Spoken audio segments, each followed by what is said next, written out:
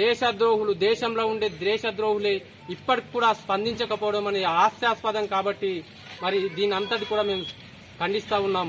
భారతదేశంలో ఎవరున్న ప్రజల్ని కాపాడుకునే బాధ్యత మనందరిది. కాబట్టి దీని అందరినీ కూడా ఖండించాల్సిన అవసరం ఉన్నది. భారత్ మాతాకి జై, భారత్ మాతాకి జై. పహల్గామ్ లో జరిగినటువంటి దాడి నిన్న ఏదైతే ఉన్నదో 28 మంది నుంచి 30 మంది వరకు పర్యాటకులు అమరులైన సందర్భం దేశం మొత్తం కూడా సంచలనము అయిన సంగతి అందరికీ తెలిసిన విషయమే. కేవలం ఉగ్రవాదుల దాడి, లష్కరే తోయిబాకు సంబంధించిన, పాకిస్తాన్ కు సంబంధించినటువంటి ఉగ్రవాదులు కేవలం హిందువులనే టార్గెట్ గా చేసి మరి అక్కడ ఉన్నటువంటి పర్యాటకులను మీరు హిందువులా, ముస్లింలా, మీరు ఎవరు అని చెప్పి అడిగి మరీ మన హిందూ సమాజాన్ని, హిందువులకు సంబంధించిన వ్యక్తులను మరి కాల్చేయడం అనేది జరిగింది. దానికి శ్రద్ధాంజలిగా సిరికొండ మండల కేంద్రంలో వారికి ప్రభుత్వాలతో ర్యాలీతో అందరం కూడా పార్టీలకు అతీతంగా భారతీయ జనతా పార్టీ ఆధ్వర్యంలో వారికి నివాళులు అర్పించడం జరిగింది.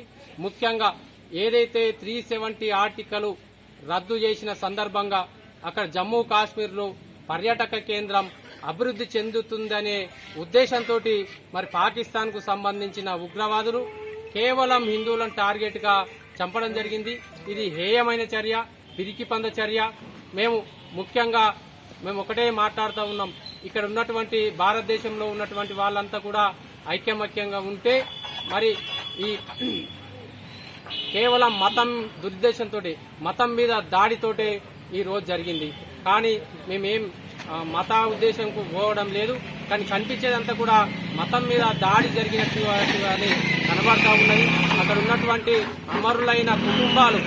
అమరులైనటువంటి కుటుంబాలు సాక్షాత్తు మోడీ గారికి చెప్పండి, మేము చంపుతూ ఉన్నామని చెప్పేసి ఉగ్రవాదులు చెప్పడం ఏదైతే ఉన్నదో అది మరి తీవ్రంగా మరి దిగ్భ్రాంతికి గురి చేసింది.